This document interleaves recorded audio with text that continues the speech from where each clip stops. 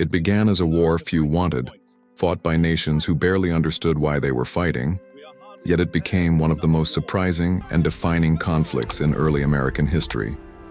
The War of 1812. A war often forgotten, yet one that shocked the world. A young United States dared to challenge the might of the British Empire, the same empire that had once ruled it as a colony. What followed was a struggle of pride, ambition, and survival. A war that would test America's identity, nearly tear it apart, and ultimately forge the spirit of a nation. The story begins decades earlier after the American Revolution. The United States was free but fragile, a young republic trying to find its place among the great powers. Across the Atlantic, Britain was still the dominant force of the world.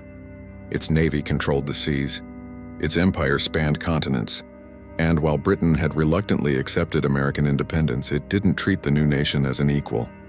By the early 1800s, the world was already on fire.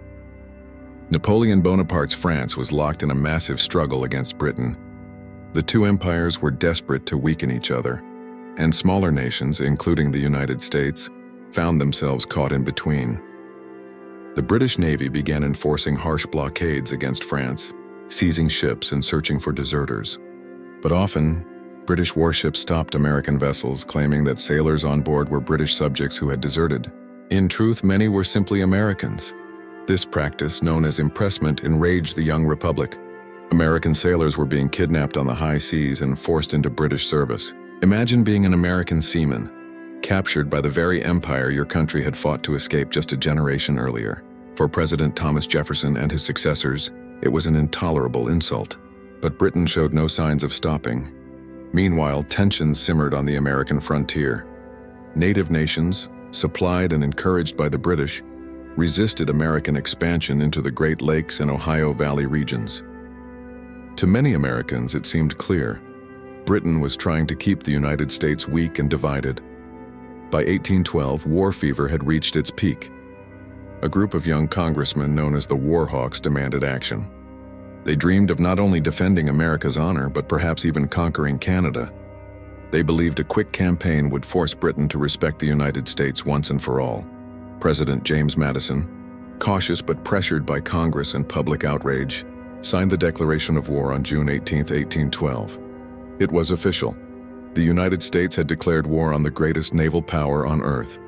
What America didn't realize, however, was that just days earlier, Britain had agreed to suspend its policy of impressment. The message hadn't crossed the Atlantic in time. From the start, the war was a gamble. The U.S. had only a small, inexperienced army and a navy that was a fraction of Britain's massive fleet. The American plan was to invade Canada, a bold but naive strategy. The hope was that Canadians, unhappy under British rule, would rise up and join the Americans. But the reality was very different. In the summer of 1812, the first American invasion crossed into Canada under General William Hull. It ended in disaster. Hull, terrified of British forces and their indigenous allies, surrendered Detroit without firing a shot. The humiliation was complete. American morale plummeted. But while early battles went poorly on land, the war at sea told a very different story. Though tiny compared to the Royal Navy, the U.S. Navy was fierce and determined. American frigates like the USS Constitution, nicknamed Old Ironsides, shocked the world by defeating some of Britain's best warships in single combat. The USS Constitution's victory over HMS Guerriere became legendary. When cannonballs bounced harmlessly off its thick wooden hull, American sailors cheered, and newspapers across the country declared that the young republic had proven itself at sea. These naval victories inspired hope. They showed that even against overwhelming odds, America could stand toe-to-toe with the British Empire. But on land, the war was a brutal stalemate. In the Northwest Territory, the British, led by General Isaac Brock and supported by Tecumseh, the great Shawnee leader, pushed back American forces. Tecumseh dreamed of uniting native tribes into a confederacy that could resist U.S. expansion. He fought bravely alongside the British, becoming one of the most respected figures of the war. But his dream would die with him. In 1813, at the Battle of the Thames, Tecumseh was killed, and his confederacy began to unravel. The death of Tecumseh marked a turning point. While the British continued to fight fiercely, their indigenous allies lost one of their greatest leaders. Meanwhile, the United States began to find its footing. Under new generals like William Henry Harrison and Andrew Jackson, American forces began to win key victories. The war expanded to the seas and even to inland waters. On Lake Erie, American commander Oliver Hazard Perry fought one of the most dramatic naval battles in U.S. history. As his ships clashed with the British fleet, Perry's flagship was destroyed. Undaunted, he took a small boat through cannon fire, boarded another ship, and continued the fight. When victory finally came, he sent a famous message to his superiors. "We have met the enemy, and they are ours." That victory gave the United States control of the Great Lakes and forced the British to retreat. Yet while America was celebrating, the world's most powerful man, Napoleon, was falling in Europe. By 1814, the Napoleonic Wars were ending, freeing up thousands of veteran British troops to sail across the Atlantic. What had begun as a small colonial conflict was about to escalate into a full-scale invasion. British forces landed along the American coast, striking deep into U.S. territory. In August 1814, they marched on Washington, D.C. The American army, unprepared and outnumbered, fell back. British troops entered the capital and set fire to its public buildings, including the White House and the Capitol. Flames lit up the night sky. The message was clear. The British Empire had not forgotten how to make a point. But even as the Capitol burned, the American spirit did not.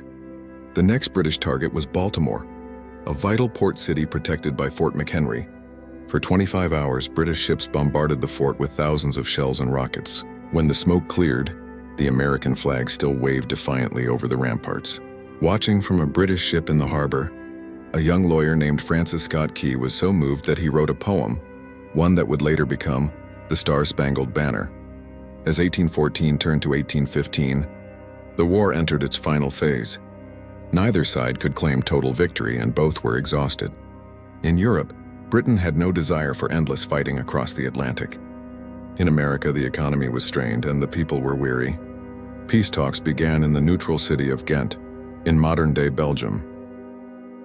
On December 24, 1814, diplomats signed the Treaty of Ghent, ending the war. The agreement essentially restored everything to how it had been before the conflict. No borders changed, no reparations were paid. Yet because communication across the ocean was slow, news of the peace had not reached the United States when one final, dramatic battle unfolded. In January 1815, British forces launched a massive assault on New Orleans. Waiting for them was General Andrew Jackson, a tough, determined commander who had built strong defenses around the city. When the British attacked, the result was devastating. Thousands of British soldiers fell under a hail of musket fire and cannon shot, while the Americans suffered minimal losses. It was one of the most lopsided victories in history. When news of the triumph reached the nation, Jackson became a hero. The victory at New Orleans gave Americans a powerful sense of pride, even though the war had technically ended weeks earlier. The War of 1812 left deep scars, but also lasting legacies. It confirmed that the United States could stand up to one of the world's great powers and survive. The sense of unity and national pride that followed became known as the era of good feelings. For Native Americans, however, the war was a tragedy. With Tecumseh's death and Britain's withdrawal, indigenous resistance to westward expansion collapsed. The frontier was now open for American settlers, but at a terrible cost to the peoples who had called it home for centuries. Internationally, the war changed perceptions. European nations saw that the United States was no longer a fragile experiment. It was a nation that could defend itself. Britain, too, came to view America less as a rebellious colony and more as a legitimate power. Over the coming decades, the two countries would move from rivals to partners. Yet perhaps the most remarkable thing about the War of 1812 is how easily it could have been avoided. It was born of miscommunication, pride, and misunderstanding. A war where neither side truly gained much, but both sides claimed victory. For America, it was proof of endurance. For Britain, it was a distraction from larger wars in Europe. And for the world, it was a reminder that even small conflicts can reshape history. In the end, the War of 1812 was more than just battles and treaties. It was the story of a young nation finding its identity, tested by fire and forged through resilience. It was a war that began in uncertainty and ended in transformation, a forgotten war that helped define what it meant to be American. Though history often overlooks it, the War of 1812 was the crucible in which America's sense of independence was truly solidified, not on paper, but on the battlefield. It proved that freedom, once won, must still be defended, and that even the mightiest empire can be challenged by a people determined to stand their ground. And so, while the flames that once consumed Washington have long since faded, the echoes of 1812 still remind us of a powerful truth. Sometimes, the wars we forget are the ones that shape us the most.